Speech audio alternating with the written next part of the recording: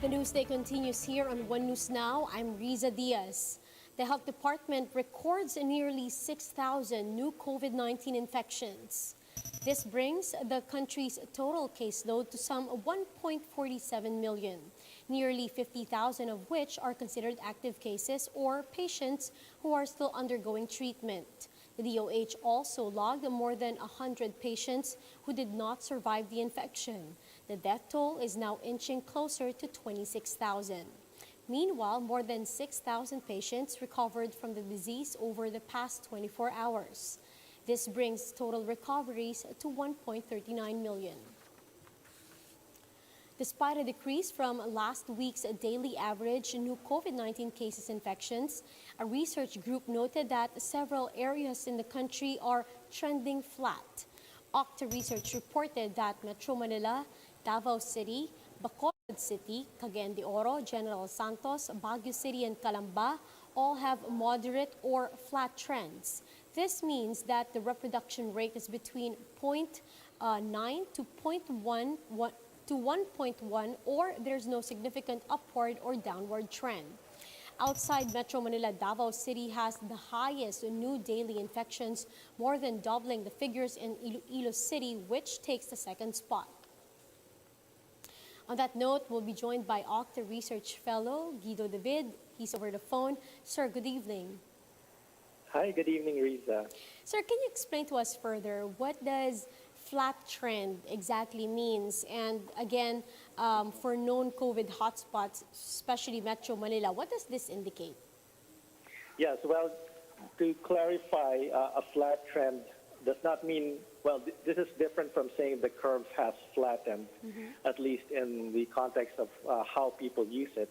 A flat trend means that the cases are basically remaining the same. And in fact, we're seeing this right now. More or less, we're just seeing about 6,000 cases per day right now. It's neither increasing nor decreasing. I mean, there may be a slight increase or decrease here and there, but the overall trend seems to be that it's neither going up nor going down. And this is, in fact, the case also with the NCR. Over the past 2 weeks, we're seeing a roughly flat trend. In fact, the reproduction number in the NCR has increased to 0.91, which is very close to 1. That means when the reproduction number is 1, it also shows that the trend is flat. What this means is that if we're averaging about 660 cases per day, we are not expecting it to be decreasing soon, or in fact within the next few weeks. We will not be expecting it to increase unless something happens, unless there's an outbreak. But generally, it means that we expect to be living with this level of cases for the meantime. So in a simpler term, Professor Guido, it is nothing really to be, celebrating about. Well, it's nothing to be concerned about because the cases are at a level in which we can manage the hospital utilization. Hospitals are not full right now in the NCR. But it's also nothing to be, we would not really call it a victory because ideally we would want cases to be going down even further. Professor, are there other areas in the country that might emerge as being of concern in the next weeks? Well, right now the areas of concern include Iloilo City and I think there's a few others. Cebu City is emerging as an area of concern. It's not yet an area of concern because the hospital utilization is still low in Cebu City. But the fact that cases are rising in Cebu City is is somewhat of a concern. Although, as we said, the other indicators are still good in Cebu City. Positivity rate is still good. The daily attack rate is still good. But regarding the other areas, I would say that we are not out of the woods yet with regard to the other areas of concern. Even though the trend is flat right now, they may still go up. For example, in Davao City, cases may still go up. Bacolod City, cases may still go up. General Santos, etc. And in fact, as I mentioned, in Central Visayas, we're not having a wave yet in Central Visayas, but cases are starting to increase in some areas. For example, in Lapu-Lapu, also, it's not made the top 10 yet, but cases are starting to become significant in those areas. Professor, you mentioned Davao City. Now, despite the flat trend, some areas like Davao have high ICU utilization rate. Can you tell us more about this? Yes, their ICU utilization is very high. In fact, it's at 95%. So this is a real area of concern. As we have noted, we base now our indicators on a site called COVID Act Now, and they made an analysis or a study in conjunction with the Harvard Health Institute and Bloomberg and Microsoft and Apple, and they decided on these risk levels, and this is what we're looking at right now. And based on ICU utilization rate, we're seeing that Davao City and Bacolod have very high ICU utilization rates. That means if cases increase again, it will be a problem because people will not have ICUs to go to for those with severe or critical COVID cases. Professor David, given the current figures that we have right now, how would you describe the general situation of the COVID-19 in our country? Well, the situation is that the virus is still here. It's not time to be complacent. We have not yet achieved the victory that we want.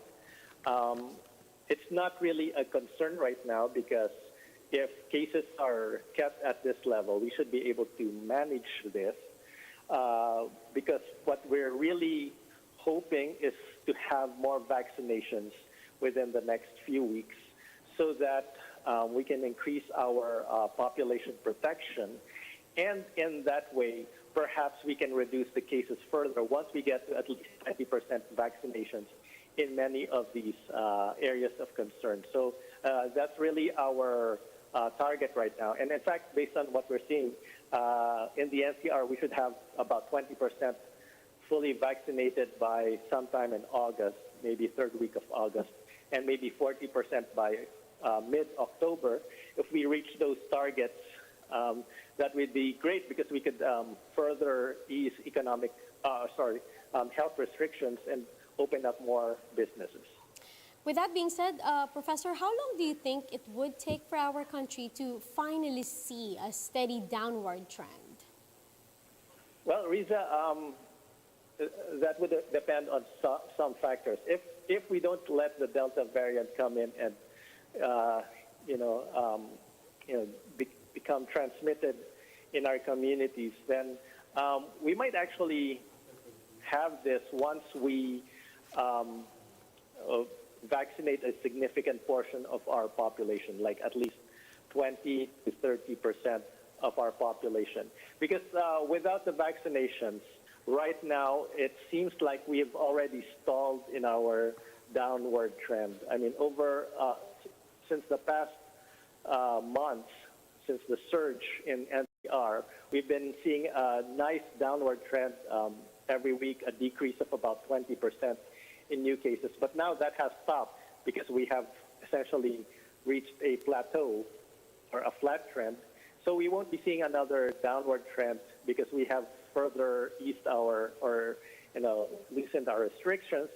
So it seems that right now we have to wait until we get the vaccinations to get to have a further downward trend. As always, thank you very much for your time, sir. That's Guido David, a fellow of the Octa Research.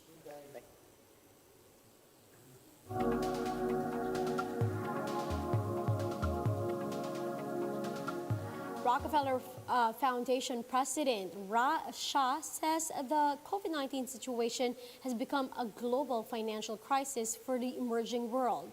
So what must be done to counter this? Let's watch his interview with Bloomberg.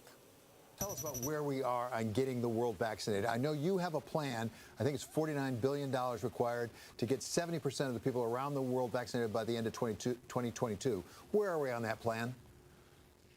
Well, we're doing fairly well in wealthy countries, David, and it's great to be with you again. But it's just as your piece indicated. You know, Africa has a total population of above 1.3 million people. just over 1% are vaccinated. India, another 1.3 billion people, 5.1 to 7% vaccination rates. Latin America, maybe, twice that, but still quite low across a population of almost 800 million. So the reality is there are billions of people in lower income countries that are quickly becoming a huge reservoir for viral replication. And as now we see the Delta variant is the dominant variant in so many places around the world, that is just going to keep replicating and keep threatening the precarious gains we've already made, and could undermine this global economic recovery and could cause a new wave of death and lockdown in wealthy places that think COVID is over or is behind us to some great extent. Raj, where are you on the $50 billion? 49, just to be precise, $49 billion, because we've been talking about this for a while now. You've had that plan out there. We now, for example, have, as I understand the IMF, moving forward with their, I think it's $650 billion in issuance of new special drawing rights. Will that help take care of the problem? Well, yes and no. As you point out, the Rockefeller Foundation pulled together experts from around the world and estimated about 49 billion would get a 70% herd immunity vaccination rate in the 92 low-income countries, poorest countries in the world. And, that would save the world economy $9 trillion in losses if we don't do it. So it's an incredibly good ROI investment. The IMF has made important steps forward, but they still have, probably 4 to 6 months before those resources start to hit and improve vaccination on the ground in those countries. And there's some complex steps that still need to happen. The G20 finance ministers are meeting right now in Venice and have a unique opportunity to take the shackles off of the multilateral development banks, the World Bank, the African Development Bank, the Asian Development Bank, and give them the capacity to greatly expand rapidly their lending to low-income countries. Yesterday, the Rockefeller Foundation put out a report illustrating how to do that by changing the capital adequacy requirements of those institutions to put potentially $700 billion to $1 trillion of lending into lower income countries that are going to be the front lines of the global defense against COVID-19 and the global aspiration to have an equitable recovery. Yeah, and Raj, I want to make a distinction if it's the correct one. I think it is. On the one hand, we have to get everybody vaccinated, get up to that 70% number worldwide. We also have to help these countries restore their economies, and that's somewhat separate from that. And you do have a plan with the multilateral development banks. As I understand it, maybe freeing up as much as $1 trillion for investment? That's exactly right. These banks were created after World War II in the famous Bretton Woods Agreement. They were created to help much of the emerging and developing world achieve some degree of economic convergence, catch up growth with wealthy countries on the basic idea that stability, growth, economic activity, and opportunity for everyone is deeply stabilizing for the global economies. Now, here are other stories we're keeping our eyes on. Leaders of indigenous non-Moro tribal communities have urged for the deferment of the 2022 pioneering elections in the Bangsamoro Autonomous Region in Muslim Mindanao. The move is meant to extend for 3 more years the tenure of the 80-member Bangsamoro Transition Authority. This is said to enable the bloc and officials of newly created regional agencies to put up service facets essential to good governance. PDP Laban Membership Committee head Astra Naik maintains that she and other officials are still part of the ruling party. This came after PDP Laban President Senator Manny Pacquiao expelled Naik as well as Vice Chairman Alfonso Cusi and Deputy Secretary General Melvin Matibag over alleged violations of its bylaws and constitution. Naik added that the July 17 assembly of the PDP Laban will push through despite the resolution declaring it null. And the Liberal Party expresses gratitude to the late former President Noynoy Aquino III for leading the country in asserting its sovereign rights in the West Philippine Sea. This comes a day ahead of the 5th anniversary of the Hague arbitral victory, which invalidated Beijing's excessive claims in the West Philippine Sea. The Liberal Party stressed that the landmark ruling is as much as a promise that it is a reminder of what good, brave, strong governance can yield. Now, for more updates, visit News 5, The Philippine Star, and Business World Online.